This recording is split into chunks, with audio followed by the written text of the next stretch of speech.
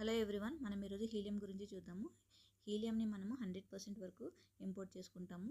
So ఎక్కడి నుంచి import చేసుకుంటామంటే క్వటార్ నుంచి ఇంపోర్ట్ చేసుకుంటాం అనమాట. మనం క్వటార్ నుంచి మోస్ట్లీ 50% వరకు హీలియం మనం క్వటార్ నుంచి ఇంపోర్ట్ చేసుకుంటాం.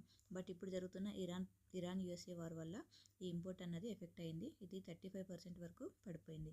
సో మనం హీలియం గురించి, హీలియం యొక్క మేజర్ సోర్సెస్ గురించి, హీలియం అప్లికేషన్స్ గురించి చదువుకుంటే ఈ యూపీఎస్సీ ప్రిలిమ్స్కి చాలా యూజ్ అవుతుందన్నమాట. సో మేజర్ ఇంపార్టెంట్ సోర్సెస్ వచ్చేసి యూఎస్ఏ, నెక్స్ట్ క్వటార్, నెక్స్ట్ అల్జీరియా అనమాట.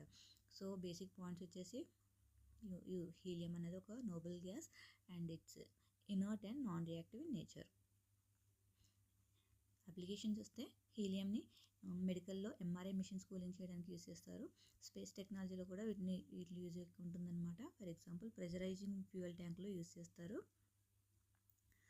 అండ్ ఈ హీలియం అన్నది రాకెట్ ఇంజన్ని వితౌట్ ఇంటరప్షన్ లేకుండా ఫ్లో అవడానికి యూజ్ అవుతుంది.